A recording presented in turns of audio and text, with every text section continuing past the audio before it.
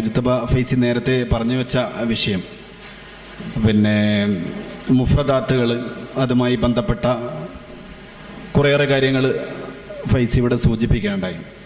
ഖുർആനിൽ പലപ്പോഴും പുതിയ കാലത്തെ ചർച്ചകളിൽ ഈ ഇഅ്ജാസ് ഇൽമി, നേരത്തെ പറഞ്ഞ പോലെ ശാസ്ത്രീയമായ ഇഅ്ജാസുകൾ ഒട്ടേറെ ചർച്ചകൾക്ക് വിധേയമാവാറുണ്ട്.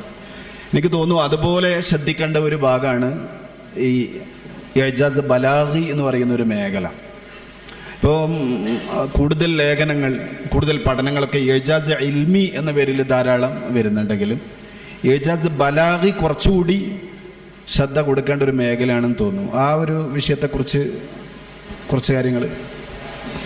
നമ്മൾ മുതഅല്ലിമുകൾ എന്ന നിലക്ക് നമ്മുടെ ശ്രദ്ധ കൂടുതൽ പതിയേണ്ട ഒരു ഏരിയ കൂടിയാണത്. ഇപ്പോൾ നമ്മൾ സാധാരണ നഹ്വ്, സർഫ്, ബലാഗ, മന്തിഖ് ഉൾപ്പെടെയുള്ള ഉലൂമുൽ വസായിൽ നമ്മൾ പഠിക്കുന്നത് തന്നെ ഫഹ്മുൻ നസ്സിന് വേണ്ടിയിട്ടാണ്. വിശുദ്ധ ഖുർആനിനെയും തിരു ഹദീസിനെയും ആ നസ്സിനെ തഹ്ലീലോടുകൂടി മനസ്സിലാക്കാൻ കഴിയുക എന്നുള്ളതാണ്. അപ്പോൾ നമ്മൾ നേരത്തെ പറഞ്ഞത്, നമ്മൾ ഇൽമുൽ ഇഷ്തിഖാഖ് നമ്മൾ പഠിക്കുമ്പോഴാണ്, അല്ലെങ്കിൽ ഇൽമുൽ അസ്വാത്ത്, ഇൽമു സർഫ്, നഹ്വൊക്കെ പഠിക്കുമ്പോഴാണ് വിശുദ്ധ ഖുർആനിൻ്റെ ഈ ആയത്തുകളുടെ പിറകിൽ ഒളിഞ്ഞു നിൽക്കുന്ന ആശയങ്ങളുടെ ഉള്ളിലേക്ക് നമുക്ക് എത്തിച്ചേരാൻ പറ്റുള്ളൂ. ആ നസ്സിനെ ഒരു മനസ്സിലാകാൻ എൻ്റെ കയ്യിലുള്ള ഈ ഉലൂമുൽ വസായിൽ കൊണ്ട് എനിക്ക് കഴിയുന്നുണ്ടെങ്കിലേ ഞാൻ ചിലവാക്കിയ 5-8 കൊല്ലം എനിക്ക് മുതലാവുകയുമുള്ളൂ. അത് കണ്ടെത്താൻ ഒരാൾക്ക് കഴിഞ്ഞാൽ, നേരത്തെ ഉസ്താദ് അവറുകൾ സൂചിപ്പിച്ചതുപോലെ, അത് വലിയൊരു ലദ്ദത്തായിരിക്കും. ഞാനൊരു അറബി പണ്ഡിതൻ്റെ അഭിമുഖം കേട്ട സന്ദർഭത്തിൽ അദ്ദേഹത്തിൻ്റെ വിർദുകളെ പരിചയപ്പെടുത്തിയപ്പോൾ ഞാൻ 2 തവണ ദിവസവും ഖുർആൻ ഓതും എന്ന് പറയും. അതിൽ ഒരു ദിവസം എൻ്റെ ഒരു സാധാരണ വിർദ് പോലെയുള്ള ഒരു ഓത്താണ്, ദിവസം ഒരു നേരം. മറ്റൊരു നേരം ഞാൻ ഖുർആൻ ഓതാറുള്ളത് തദബ്ബുറോട് കൂടിയിട്ട് ഖുർആൻ ഓതാനാണ് എന്ന്. അത് ചിലപ്പോൾ എനിക്ക് ഒരു ദിവസം ഒരു അര ആയത്തൊക്കെയാണ് ചിലപ്പോൾ എനിക്ക് ഓതാൻ കഴിയുള്ളൂ. ഞാൻ ആ ഒരൊറ്റ ആയത്തിനെ ഞാൻ ധാരാളം മണിക്കൂറുകൾ ഞാൻ ആലോചിക്കേണ്ടി വരാറുണ്ട്. ഓരോ തവണ ഞാൻ ഖുർആൻ ഓതുമ്പോഴും എനിക്ക് പുതിയ പുതിയ ഇൻസൈറ്റുകൾ ഖുർആൻ എന്നോട് സംസാരിക്കുന്നു എന്നാണ്. ചില താബിഈങ്ങളിൽ നിന്ന് ഉദ്ധരിക്കപ്പെടുന്ന ഒരു സംഭവമുണ്ട്. ഖുർആൻ നിന്നോട് സംസാരിക്കുകയാണ്. അത് ആരാണോ ഓതുന്നത് എങ്കിൽ ആ ഓതുന്ന ആളോടാണ് ഖുർആൻ സംസാരിക്കുന്നത് എന്നാണ് പറയുന്നത്. ഇപ്പോൾ ഉദാഹരണത്തിന് വിശുദ്ധ ഖുർആനിൽ നമ്മളെ ഈ യൂനുസ് നബി അലൈഹി സ്വലാത്തു വസ്സലാമിൻ്റെ ചില സൂഫിയാക്കളുടെ ഗ്രന്ഥങ്ങളിലൊക്കെ കാണാം, റസായിലുന്നൂറിലൊക്കെ രേഖപ്പെടുത്തിയിരുന്നു. ഈ യൂനുസ് നബി അലൈഹി സ്വലാത്തു വസ്സലാമിൻ്റെ ആ സംഭവം പറയുന്ന സന്ദർഭത്തിൽ ഫനജ്ജൈനാഹു മിനൽ ഗമ്മി, ഫനാദാഹും, എങ്ങനെ ഫസ്തജബ്നാ ലഹു ഫനജ്ജൈനാഹു മിനൽ ഗം. അതായത് ദുൽമത്തിൽ നിന്നാണ് മഹാനായ യൂനുസ് അലൈഹി സ്വലാം വിളിച്ചു പറഞ്ഞിരുന്നതാണ്. കടലിന്റെ ഇരുട്ടുണ്ട്, അവിടെ രാത്രിയുടെ ഇരുട്ടുണ്ട്, മത്സ്യത്തിന്റെ ഇരുട്ട്.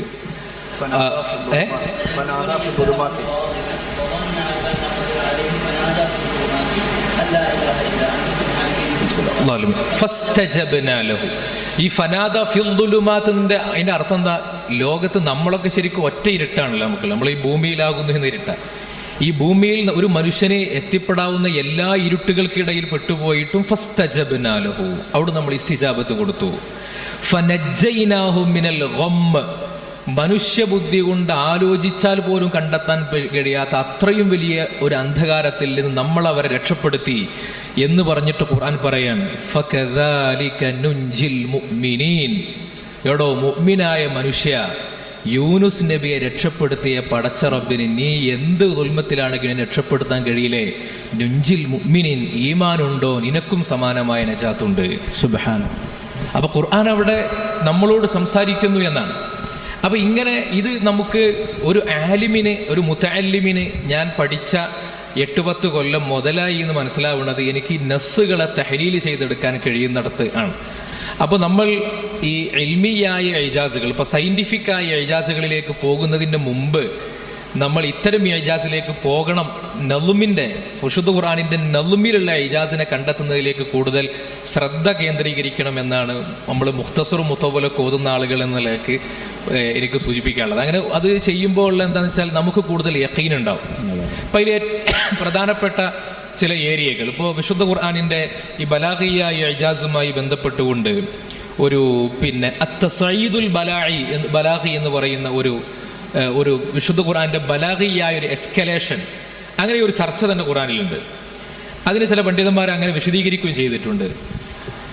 അതിന് മാത്രമായി എഴുതപ്പെട്ട കിതാബുകൾ വരെയുണ്ട്. ഇപ്പൊ മുനാസബാത്തുൽ ഖുർആനിന്റെ ഭാഗമായി കൊണ്ടാണ് അങ്ങനെ ഉള്ള ഒരു പഠന മേഖല വരുന്നത്. ഇപ്പോ തനാസുഖുദ്ദുറർ ഇമാം സുയൂത്തി റളിയല്ലാഹു അൻഹുവിന്റെ ഒരു കിതാബാണ് മുനാസബാത്തിനെ കുറിച്ച് മാത്രം പറയുന്നത്. അതുപോലെ ഇമാം സർക്കഷിയുടെ ബുർഹാനിൽ റളിയല്ലാഹു അൻഹു മുനാസബാത്തിന്റെ ബാബുണ്ട്.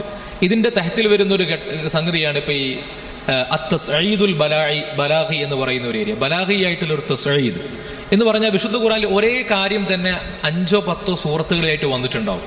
പക്ഷെ അതിൽ ഒന്നാമത്തെ സൂറത്തിൽ വരുന്നതിനേക്കാൾ കുറച്ചുകൂടി അഖ്വയായിട്ടായിരിക്കും രണ്ടാമത്തെ സൂറത്തിൽ, അതിനേക്കാളും അഖ്വയായിട്ടായിരിക്കും മൂന്നാമത്തെ സൂറത്തിൽ. അതിന്റെ ആ ഒരു വിഷയത്തെ വിശുദ്ധ ഖുർആൻ കൊണ്ടുവന്ന 5 or 6 ആയത്തുകളിലൂടെ നമ്മളിങ്ങനെ അതിലൂടെ സഞ്ചരിക്കുമ്പോൾ നമുക്ക് അത് കൂടുതൽ നമ്മുടെ നഫ്സിൽ ഈഖായ് നൽകുന്ന രീതിയിലുള്ള ഒരു ഖുവ്വത്ത് അതിനുണ്ടാകുമെന്നാണ്. അതിന്റെ ചില ഉദാഹരണങ്ങൾ കിതാബുകൾ പറഞ്ഞിട്ടുണ്ട്. ഇപ്പോ കാഫിരീങ്ങളായ ആളുകൾ അവരുടെ അമലുകൾ ആഖിറത്തിൽ പാഴായി പോകും എന്ന് ഖുർആൻ പല സ്ഥലങ്ങളിൽ പറഞ്ഞിട്ടുണ്ട്. ആൽ ഇമ്രാനിലുണ്ട്, സൂറത്ത് ഇബ്രാഹിമിൽ, നൂറിൽ, ഫുർഖാനിൽ. പക്ഷെ മുസ്ഹഫിന്റെ ഈ തർത്തീബ് പ്രകാരം നമ്മൾ നോക്കിയാൽ ആൽ ഇമ്രാനിൽ പറഞ്ഞതിനേക്കാൾ അഖ്വയാണ് തൊട്ടടുത്ത സൂറത്തിൽ പറയുന്നത്. ആൽ ഇമ്രാനിൽ പറയുന്നത് നോക്കൂ, ഇന്നല്ലദീന കഫറു ലൻ തുഗ്നിയ അൻഹും അംവാലുഹും വലാ ഔലാദുഹും മിനല്ലാഹി ശൈഅ വഉലൈക അസ്ഹാബുൻ നാരി ഹും ഫീഹാ ഖാലിദൂൻ എന്ന് പറഞ്ഞിട്ട് പറയാണ്, മസലു മാ യുൻഫിഖൂന ഫീ ഹാദിഹിൽ ഹയാത്തിദ് ദുനിയ കമസലി റീഹിൻ ഫീഹാ സിർറുൻ അസാബത് ഹർസ ഖൗമിൻ എന്ന് പറഞ്ഞാൽ ശത്രുക്കളുടെ അമലുകൾ ഒരു ശക്തിയുള്ള ഒരു കാറ്റടിച്ചതുപോലെയാണ് എന്ന് പറഞ്ഞാൽ അവിടെ കാറ്റടിച്ചതുപോലെ എന്ന് പറഞ്ഞാൽ കാറ്റടിച്ചാൽ പിന്നെ എന്താ സംഭവിക്കുക, എന്തു സംഭവിക്കാം, എന്താണ് അവിടെ സംഭവിക്കുന്നത് എന്ന് പിന്നെ പറയുന്നില്ല. അവർക്ക് തന്നെ നാശങ്ങൾ ഉണ്ടാക്കി എന്നൊക്കെ പറഞ്ഞ് അവസാനിപ്പിക്കുകയാണ്. എന്നാൽ പിന്നെ സൂറത്ത് ഇബ്രാഹിമിലേക്ക് എത്തുമ്പോൾ അതിനെക്കുറിച്ച് ഖുർആൻ പറയണം, മസലുൽ ലദീന കഫറൂ ബിറബ്ബിഹിം അഅമാലുഹും കറമാദിൻ ഇഷ്തദ്ദത് ബിഹിർ റീഹു ഫീ യൗമിൻ ആസിഫ്. കഠിനമായ ഒരു കാറ്റുള്ള ദിവസത്തിൽ ഈ കാറ്റടിക്കുകയും അതിൽ പറന്നു പോകുന്ന ഈ റമാദ് വെണ്ണീറുകളെ പോലെയായി അമലുകൾ മാറി. അപ്പോ സൂറത്ത് ആൽ ഇമ്രാനിൽ അത് കാറ്റടിച്ച് നഷ്ടപ്പെട്ട അമലുകൾ എന്നാണെങ്കിൽ ആ കാറ്റടിയെ തുടർന്ന് പിന്നെ എന്തുണ്ടായി, അതിന്റെ ഒരു തവാലിയാണ്, തുടർച്ചയാണ്, അത് റമാദായി മാറി എന്ന് സൂറത്ത് ഇബ്രാഹിമിൽ പറയുന്നത്.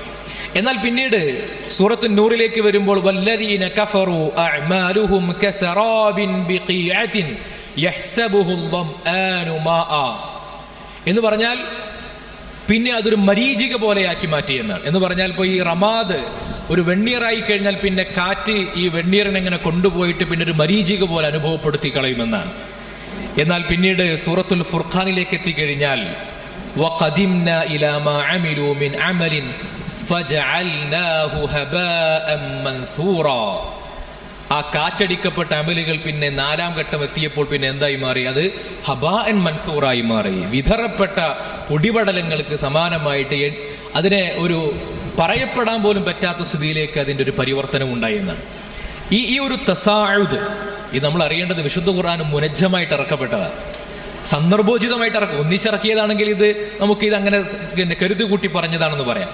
മുനജ്ജമായി ഇറക്കപ്പെട്ട ഖുർആനിൽ പിന്നീട് ക്രോഡീകരിക്കപ്പെട്ട് മുസ്ഹഫാക്കിയ വിശുദ്ധ ഖുർആനിന്റെ തർത്തീബിൽ നമ്മൾ ഇങ്ങനെ പാരായണം ചെയ്തു വരുമ്പോൾ ഒരു കാഫിറിന്റെ അമലിനെ കുറിച്ച് ഇങ്ങനെ പറയുന്ന ഘട്ടത്തിൽ അത് ഓരോ തവണ നമ്മൾ ഈ വിഷയം ഇങ്ങനെ ഓതുന്ന സന്ദർഭത്തിലും അത് നമ്മുടെ അതിന്റെ അഖ്വയായിട്ട് ഇങ്ങനെ മാറി മാറി വരുന്നതായിട്ട് അനുഭവപ്പെടുകയാണ്. ഇതിനെ വിശദീകരിച്ചിട്ട് പണ്ഡിതന്മാരൊക്കെ പറയാണ്, നമ്മൾ ഒരാൾക്ക് ഒറ്റ അടി ഒരാളെ അടിച്ചാൽ അത്ര വലിയ ശക്തി ഉണ്ടാവില്ല, അത് ചിലപ്പോൾ ആ ഒറ്റ അടിന്റെ വേദന കുറച്ച് കഴിഞ്ഞാൽ മാറും. ഒരടി കിട്ടി 5 മിനിറ്റ് കഴിഞ്ഞിട്ട് പിന്നെ ഒരു അടി കിട്ടി, പിന്നെ കുറെ കഴിഞ്ഞിട്ട് പിന്നെ ഒരടി കിട്ടും. അത് ആ അടികൾ ഓരോന്നും നമുക്ക് വലിയ വേദനയുണ്ടാക്കും. വിശുദ്ധ ഖുർആൻ ഒരിടത്ത് ഇതൊക്കെ കൂടി പറയാതെ എന്തുകൊണ്ട് പല ഘട്ടങ്ങളിലായിട്ട് പറഞ്ഞു. ഒന്ന്, മുഅ്മിനീങ്ങൾക്ക് യഖീന് കൊടുക്കാൻ, കാഫിറീങ്ങളുടെ മുന്നറിയിപ്പിന്റെ ഊക്ക് കൂട്ടാൻ. ഇത് വിശുദ്ധ ഖുർആന്റെ ഈ ഒരു ബലാഗിയായിട്ടുള്ള ഒരു തസാഉദ് ഇത് ഒട്ടേറെ സ്ഥലങ്ങളിൽ നമുക്ക് ഖുർആനുമായിട്ട് ബന്ധപ്പെട്ട് ഒരുപാട് ഉദാഹരണങ്ങൾ മുനാസബാത്തുൽ ഖുർആന്റെ ഗ്രന്ഥങ്ങളിൽ വിശദീകരിക്കപ്പെട്ടിട്ടുള്ളതാണ്. നമ്മളൊരു ആലിമീങ്ങൾ എന്നുള്ള നിലയ്ക്ക് നമ്മളുടെ ഒരു ശ്രദ്ധ കൂടുതൽ അത്തരം മേഖലയിലേക്ക് പോകണം എന്നുള്ളൊരു അഭിപ്രായം കൂടിയില്ല.